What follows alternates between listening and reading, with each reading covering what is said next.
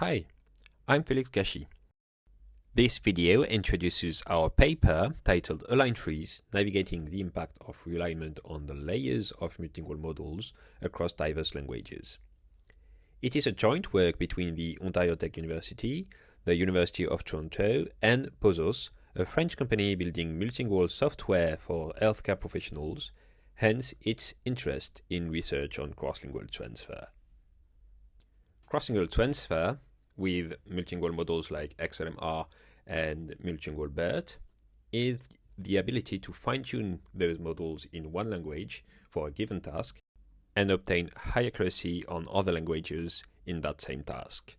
Models like MBERT and XLM-R have surprising cross-lingual transfer abilities despite not being trained on any explicit multilingual data.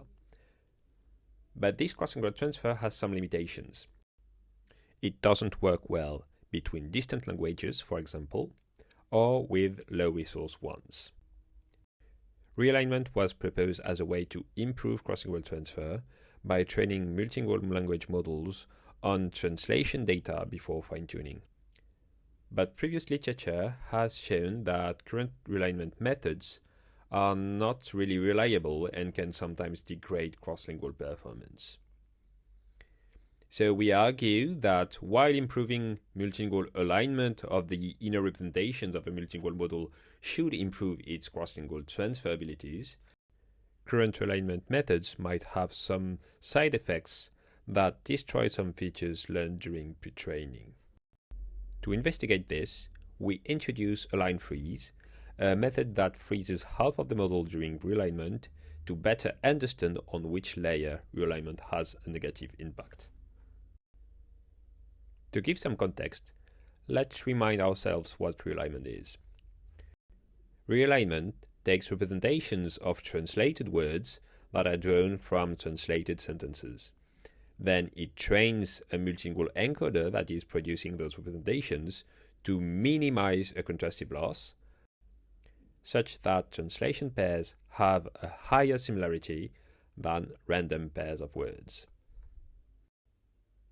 Now, our methodology is quite simple. To better understand the impact of realignment on the layers of a given multilingual model, we freeze half of them during the realignment training.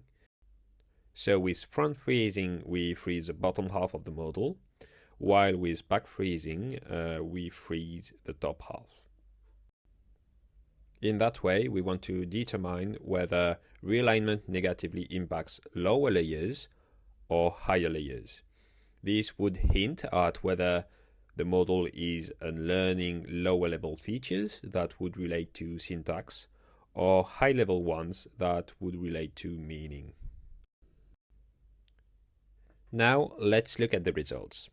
Our experiments compare front and back freezing with full realignment on 4 tasks, 3 models, and 34 target languages. Like previous literature, we observed that full realignment fails significantly in a number of cases, meaning that it provides worse cross-lingual transfer accuracy than without realignment. However, we show that front freezing mitigates some of those failure cases, while improving the number of success cases. Our work also finds that front freezing is namely beneficial for tasks like post-tagging or with distant languages, while more related languages and higher-level tasks like question answering still suffer from large performance degradation. Our results ultimately show that realignment is mostly detrimental to lower layers and thus to lower-level encoded features.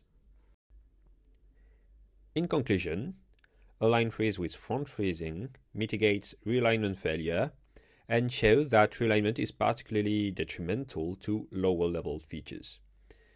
This approach also presents new leads for improving realignment, ones that would avoid the catastrophic forgetting of those low-level features. Finally, AlignFreeze doesn't yet provide consistent improvements. There are still many failure cases. Thus, further research might need to optimize some freezing strategies and maybe analyze also some language-specific impacts.